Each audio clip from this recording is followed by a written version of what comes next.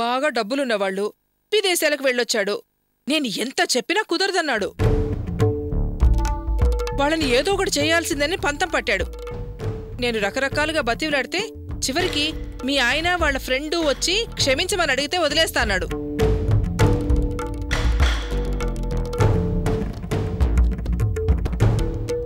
అందుకే పరిగెత్తుకుంటూ వచ్చాను తల్లి.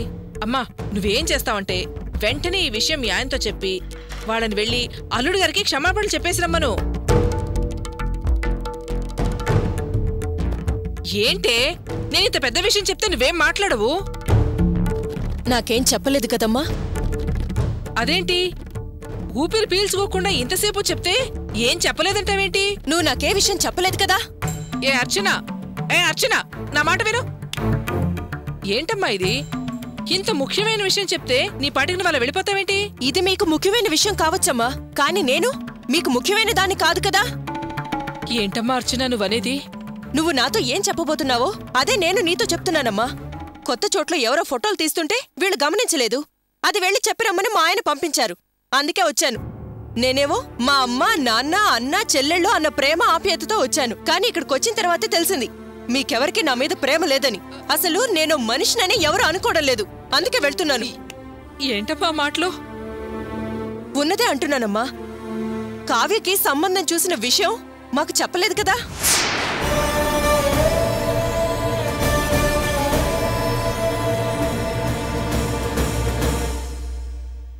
కావ్యకి సంబంధం చూడ్డం, అది నిశ్చితార్థం వరకు రావడం జరిగింది. కానీ ఒక్క మాట కూడా మీరు మాతో చెప్పలేదు.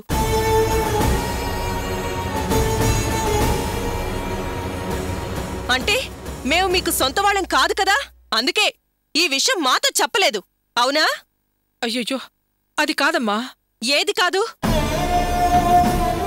ఇప్పుడు కూడా అదేదో జరిగి మా ఆయన్ని ఎవరి దగ్గరకో క్షమాపణలు అడగడానికి పంపించాలని ఈ విషయం నువ్వు నాతో చెప్పావు. లేకపోతే నువ్వు చెప్పుండేదానివి కాదు. అది కాదమ్మా అర్చన. అంతా సవ్యంగా జరిగిన తర్వాత చెప్దామనుకున్నాను. అంతా జరిగిన తర్వాత నువ్వు నాతో చెప్పడానికి నేనేమన్నా పరాయి మనిషినా? నేను కావ్యకి అక్కని కాదా? ఈ ఇంటికి మా ఆయన పెద్దల్లుడు కాదా?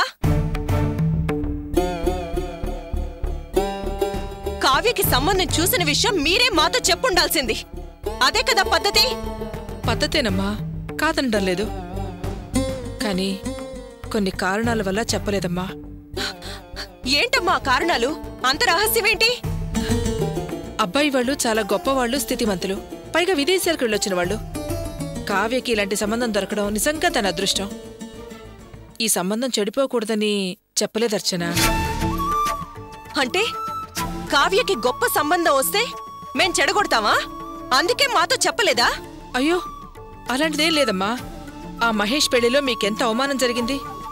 మళ్ళీ అలాంటి పరిస్థితి ఎదురు కాకూడదని చెప్పలేదు. అమ్మా, దానికి దీనికి ఏంటమ్మా సంబంధం? అది కాదమ్మా అర్చన. నీతో చెప్తే మీ ఆయనతో చెప్పాలి. ఆయనేమో మా ఇంటికి రాడు.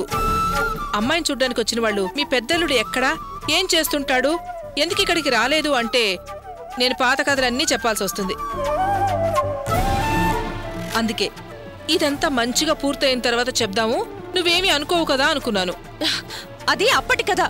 ఇప్పుడు అత్తయ్యకి మేం దూరంగా ఉంటున్నాం. ఈ విషయం ఇప్పుడు వాళ్ళకి తెలిస్తే ఏమనుకుంటారు? నా భర్తకి ఏ మర్యాద ఉండదు. మేమంటే మీకసలు లెక్కలేదని అనుకోరు? ఏంటర్చనా, నేను చెప్పింది కొంచెం కూడా అర్థం చేసుకోవే. అర్థమైందమ్మా, బాగా అర్థమైంది. మనం తల్లి కూతుళ్ళవైనా మాటలు వేరు, మనసు వేరు అని అర్థమైంది.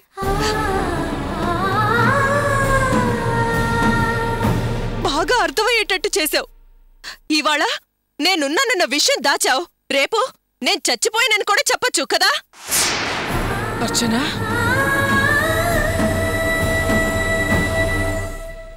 అయ్యో పిచ్చిదాన్నమ్మా, పిచ్చిదాన్ని. నేనొక పిచ్చిదాన్ని.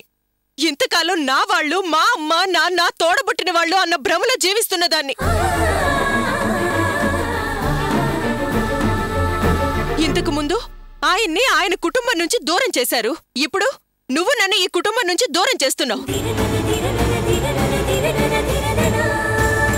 కావ్య పెళ్లి మా వల్ల ఆగిపోతుందని నువ్వు అనుకుంటున్నావంటే ఇంతకన్నా అగౌరవం, చిన్న చూపు వేరే ఏ ఉంటుందమ్మా?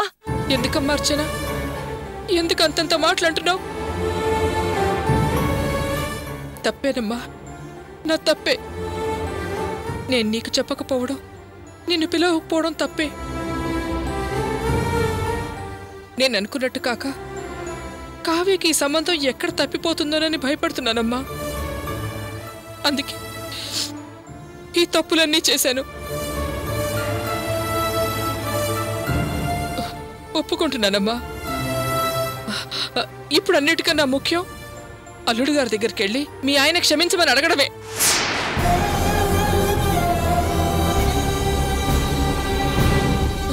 లేకపోతే మీ ఆయన ప్రాణాలకే ప్రమాదమమ్మా. ఈయనెందుకు క్షమించమని అడగాలి? కావ్యకి తెలియకుండా ఫోటోలు తీసి తప్పు చేసింది వాడు. తప్పుని తప్పు అన్నందుకు, తప్పని కొట్టినందుకు ఈయనెందుకు వెళ్ళి క్షమాపణలు అడగాలి? అర్చన, వాళ్ళు పెద్దవాళ్ళమ్మా. అలాంటి వాళ్లతో పగ ఎందుకు అని అంటున్నాను. ఏంటి పెద్దవాళ్ళు గొప్పవాళ్ళని నన్ను బెదిరిస్తున్నావా? మా ఆయనేవి చేతకానివాడు కాదు, రోషం పౌరుషం ఉన్న మనిషి. దేన్నైనా ఎదిరించగలరు, తిప్పి కొట్టగలరు. జరగని, ఏం జరుగుతుందో జరగని. నేను దేనికి భయపడ్ను. మా ఆయన మీద నాకంత నమ్మకం ఉంది. ఇదిగో చూడమ్మా, నువ్వు ఆయన కాలర్ పట్టుకొని బయటికి గెంటాక మళ్ళీ తిరిగి ఆయన నీ ఇంట్లో కాలు పెట్టిందే లేదు. దానికి కారణం నువ్వే. ఇకపైన నేను ఈ ఇంటి గడప తొక్కను. అర్చన, అర్చన, నా మాట వినమ్మా. అర్చన, అమ్మా, నా మాట వినమ్మా.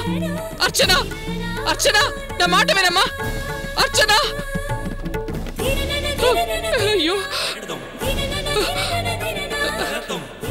ఏమండి, ఏంటండి మీరు? తండ్రి కొడుకులిద్దరూ వేడుక చూస్తూ నిలబడ్డారు.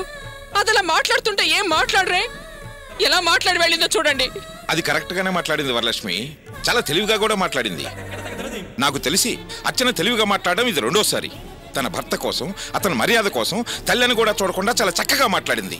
నాకు చాలా సంతోషంగా ఉంది. అసలు ఇప్పుడు మీరు ఏం మాట్లాడుతున్నారో మీకు అసలు అర్థమవుతోందా? అవతల దాని మొగుడికి రాబోయే ప్రమాదం గురించి నేను భయపడుతుంటే అల్లుడు గారి దగ్గరికి వెళ్ళి అతను క్షమించమని అడగకపోతే చాలా ఘోరం జరిగిపోతుందండి.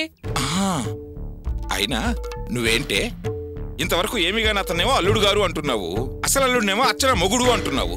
మాటకు ముందు అతనేమో అల్లుడు గారు అల్లుడు గారు అంటూ అర్చనేమో నీ మొగుడు అంటుంటే వినడానికి నాకే అసహ్యంగా ఉంది. ఇంకా దానికి ఎలా ఉంటుంది? వినేలా తట్టుకుంటుంది. ఏదో నోరు జారి అన్నానులేంటి, దాన్నే పట్టుకుని సాగదీస్తారేంటి? ఇది ముఖ్యమా? అవి నోరు జారొచ్చే మాటలు కావే, మనసులో ఉన్న మాటలే బయటకు వచ్చాయి. అంటే ఇప్పటికీ నువ్వు గోపిని అల్లుడుగా ఒప్పుకోవట్లేదన్నమాట. చూడు వరలక్ష్మి, నేను మొదటి నుంచి చెబుతూనే ఉన్నాను, విషయాన్ని అర్చన దగ్గర దాచకు అని. నా మాట వినలేదు, చూడేమైందో. సరేనండి, సరే, నేను ఒప్పుకుంటున్నాను, తప్పు చేశాను. చూడండి, ఇప్పుడు కానీ అతను వెళ్ళి క్షమించమని అడగకపోతే ఏం జరుగుతుందో చెప్పలేవండి. నరుకు, చంపు, లేపే అంటున్నాడండి అతను. ఆయన ప్రాణాలకే ప్రమాదం అండి. అది అర్చనకే కదా నష్టం, మనకే కదా బాధ. అలాంటిది ఏదన్నా అయితే మేము చూసుకుంటామని చెప్పింది కదా అది. అయ్యో, పరిస్థితి అర్థం చేసుకోకుండా మనిషికో మాట మాట్లాడతారేంటండి? వాళ్ళు డబ్బున్న వాళ్ళు, పట్టుదల ఉన్నవాళ్ళు అనుకున్నది అనుకున్నట్టుగా చేసేస్తారండి. సరిగ్గా ఆ టైంలో నేను అక్కడ ఉండడం చాలా మంచిదైందండి. పెద్ద చిన్న తేడా లేకుండా ప్రతి వాళ్ళ కాళ్ళు గడ్డం పట్టుకుని బతివిలాడానండి. అప్పుడే వాళ్ళొచ్చి క్షమించమని అడిగితే వదిలేస్తామన్నారండి. ఏంటమ్మా నువ్వు? నిన్ను ఎవరు వాళ్ళ కాళ్ళ వేళ పట్టుకుని బతిమలాడమన్నారు? మరేం చేయమంటావురా? అతనేమో వేసేయండి, లేపేయండి అంటుంటే నాకెంత భయం వేసిందో. అర్చన్ని, అర్చన మొగుణ్ణి కాపాడడానికి నాకు అంతకన్నా వేరే దారి కనిపించలేదు. అందుకే బతివిలాడాను. కానీ మీరంతా దాన్ని గౌరవించలేదు, దాని మొగుణ్ణి గౌరవించలేదు అంటున్నారు. వరలక్ష్మి, నువ్వు అర్చన జీవితాన్ని కాపాడటానికి ఆరాటపడ్డావని నేను అనుకోవటం లేదే. మన కుటుంబ పరువు ప్రతిష్టల్ని మంట కలిపావనుకుంటున్నాను. చూసేవరా వినోద్, మీ నాన్న ఏమంటున్నారు? అవును, లేకపోతే వాళ్ళ కాళ్ళ మీద పడ్డం ఏంటి? ఏంట్రా అంత తెలివి తక్కువగా మాట్లాడుతున్నావు? నేను వాళ్ళ కాళ్ళు పట్టుకుంది అర్చన మొగుణ్ణి కాపాడడానికే. వరలక్ష్మి, నువ్వు ఊరికే అదే మాట మళ్ళీ మళ్ళీ అనుకో. నేనేం పిచ్చోడు కాదు నీ మాటలు నమ్మటానికి. నువ్వు వాళ్ళ కాళ్ళ మీద పడింది దానికోసం కాదే.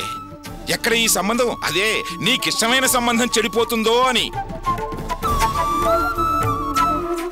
నీ ఆలోచన ఆ మాత్రం అర్థం చేసుకోలేనా నేను? నువ్వు చెప్పింది గుడ్డిగా నమ్మటానికి నువ్వు నాకు కొత్త కాదు, నేను నీకు కొత్త కాదు. నేనేం చెప్పినా నమ్మకపోతే నన్నేం చేయమంటారు? చూడు వరలక్ష్మి, ఇక నుంచి నువ్వు ఇలా నిలబడి ఏడుస్తూ ఉండాల్సిందే. దీనికి అంతటికీ కారణం నువ్వే, నీకు నువ్వు చేసుకున్నదే. అసలు మొదటి నుంచి మనం ఏమనుకున్నాం? మన ముగ్గురు అమ్మాయిల సంబంధాల విషయాల్లో ఏ భేదాలు రాకూడదు అనుకున్నాం కదా. కానీ ఈ రోజు నువ్వు దాన్ని దాటి వెళ్ళిపోయావు. ఇప్పుడేం ప్రయోజనం? నీ కర్మ నువ్వు అనుభవించాల్సిందే. ఏమండి, ఎందుకండి ఎందుకండి ఇలాంటి మాటలని వెళ్తున్నారు? ఏమండి ఏమండి, ఏంట్రా మీ నాన్న అలా మాట్లాడి వెళ్తున్నారు? నాకు ముగ్గురు కూతుళ్ళు ఒకటే కదా. భగవంతుడా, ఏంటి అందరూ నన్ను ఇలా అపార్థం చేసుకుంటున్నారు? ఏం చేయాలి? అమ్మా అమ్మా అమ్మా అమ్మా, కూర్చో. ఏమైందమ్మా? ప్రియా, వెళ్ళి టాబ్లెట్స్ తీసురా. ఇప్పుడే తెస్తాను. అమ్మా, ఊరికే ఎమోషన్ అవ్వకు. అమ్మా, కొంచెం ప్రశాంతంగా ఉండు. రిలాక్స్ రిలాక్స్ అమ్మా. ఎందుకు ఇలా జరుగుతుంది? చూడరా మీ నాన్న ఎలా మాట్లాడి వెళ్ళారో. ముందు తీసుకోమ్మా.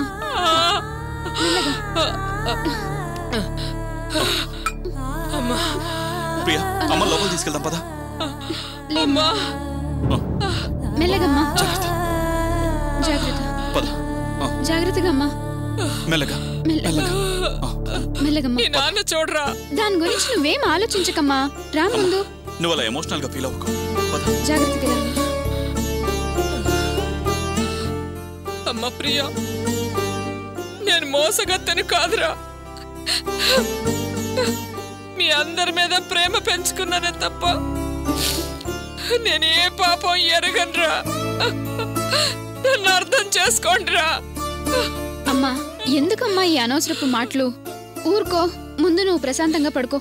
పడుకో చెప్తాను. పడుకో, రిలాక్స్ అవ్వు.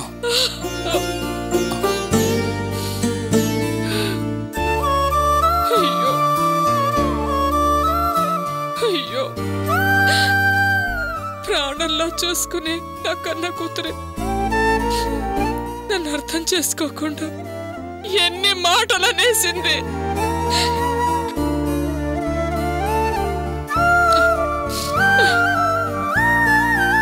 నా మొగుడు నేను చెప్పేది వినకుండా నన్నే తిట్టి వెళ్ళిపోయాడు. నా కూతురు అర్చన నన్ను కాదని ఎదిరించి దాని మొగుడు దగ్గరికి వెళ్ళినప్పుడు కూడా నేను దిగులు పడలేదు, బాధపడలేదు. కానీ ఇప్పుడు దాని మొగుడు ప్రాణాలకే ప్రమాదం అని చెప్పినా అది నా మాట వినకుండా నన్ను చీయని వెళ్ళిపోయింది. అది తలుచుకుంటే బాధగా ఉందిరా.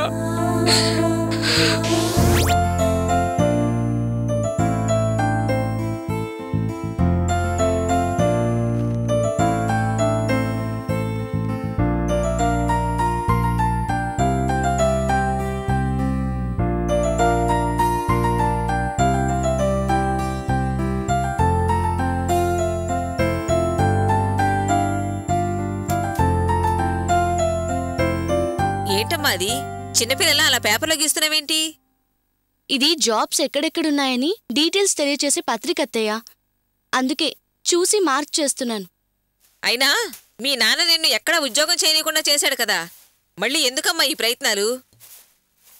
ఉద్యోగం నాకు కాదత్తయ్య, వాసుకి. వాసుకా? అవునత్తయ్య. ఇదివరకే వాడు గవర్నమెంట్ ఉద్యోగం వదిలేశాడు. ఇప్పుడు మళ్ళీ ఉద్యోగం అంటే డబ్బులు అంటాడు. ఇప్పుడు డబ్బులు ఎక్కడి నుంచి తేగలమమ్మా మనం?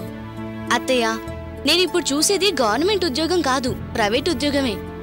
వాడేమో వెళితే గవర్నమెంట్ ఉద్యోగానికి వెళ్తాను కానీ ప్రైవేట్ ఉద్యోగానికి వెళ్ళనని తేల్చి చెప్పేశాడు కదమ్మా. అలాంటప్పుడు మన సమయం ఎందుకు వృధా చేసుకోవడం చెప్పు? నువ్వెందుకమ్మా అవన్నీ చూసుకోవడం? నీ పనులుంటే చూసుకోపో. లేదత్తయ్య, వాసు మన కుటుంబ పరిస్థితి అర్థం చేసుకుని ప్రైవేట్ ఉద్యోగమైనా చేస్తానన్నాడు. నిజమా? అవునత్తయ్య. వాడికి చెప్పేవాళ్ళు చెబితే కానీ బుద్ధి రాలేదన్నమాట. నువ్వు ఈ మాట చెబితేనే ఎంతో ఆనందంగా ఉందమ్మా. బాధ్యత లేకుండా తిరిగేవాడిని దారిలో పడేశావు. వాడికి కుటుంబ బరువు బాధ్యతలు తెలిసేలా చేశావు. వాడి మనసు మారినట్టే మిగతా వాళ్ళ మనసు కూడా మారితే సంతోషిస్తానమ్మా. ఏంటమ్మా అలా చూస్తున్నావు? నేను మాట్లాడేది మీ నాన్న గురించి. ఒకే ఒక్క కూతురు కదా, ఎందుకమ్మా ఆయనకంత పట్టుదల? జరిగిందేదో జరిగిపోయిందని అవన్నీ మర్చిపోయి నీతో మళ్ళీ మామూలుగా ఉంటే నీకు మాకు సంతోషంగా ఉంటుంది కదా. అత్తయ్య, మా నాన్నకి కాస్త పట్టుదల ఎక్కువ.